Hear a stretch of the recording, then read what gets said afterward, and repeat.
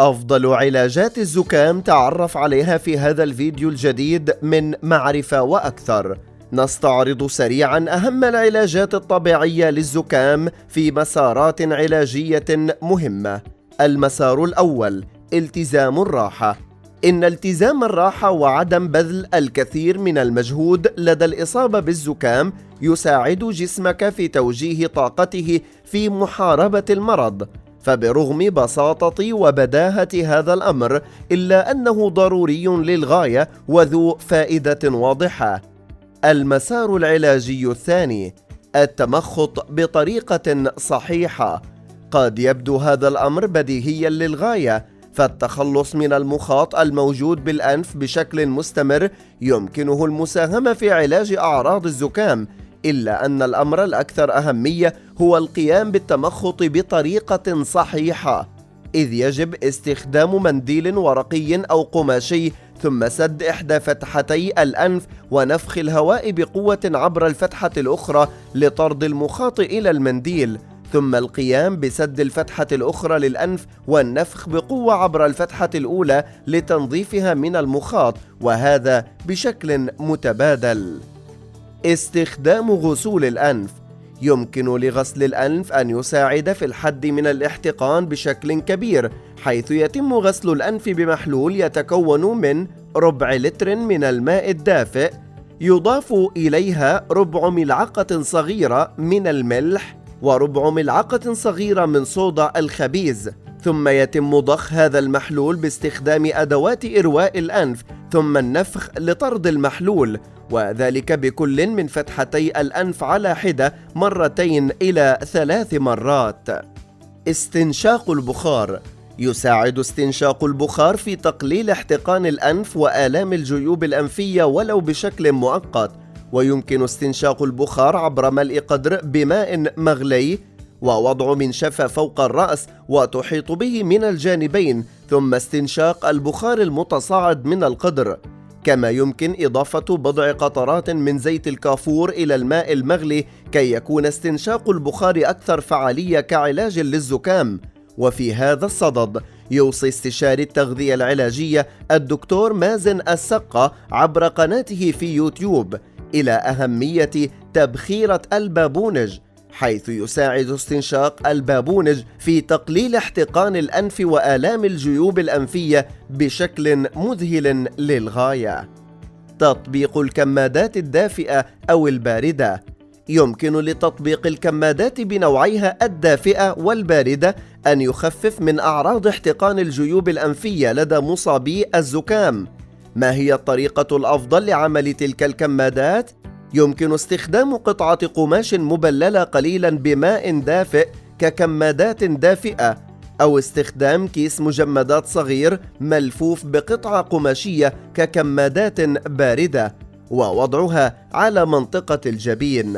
شرب السوائل والمشروبات الساخنة.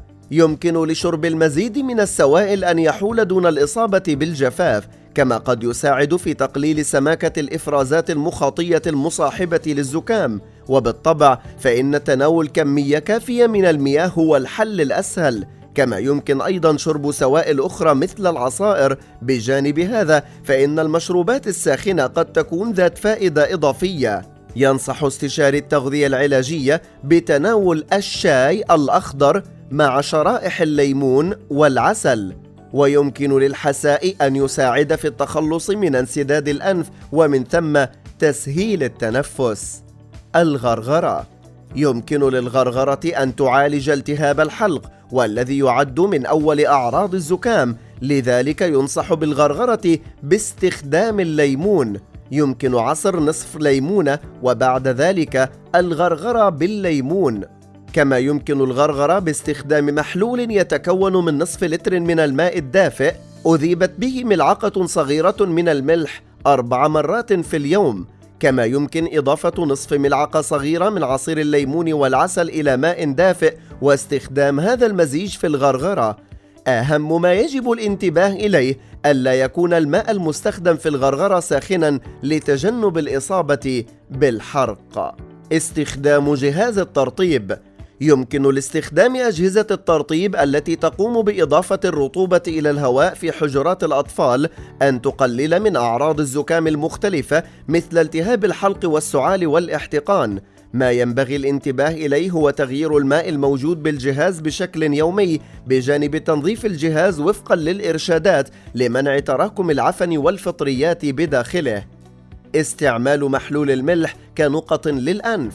إن استعمال نقط الأنف التي تحتوي على محلول الملح يساعد في التخلص من المخاط وتسليك المجاري الهوائية بالأنف، إذ يمكن استخدام نقاط الأنف تلك لدى الأطفال الأكبر سناً الذين يمكنهم التمخط، بينما الأطفال الصغار الذين لا يستطيعون التمخط يمكن استخدام أداة لشفط المخاطب على استعمال النقط الأنفية لمحلول الملح.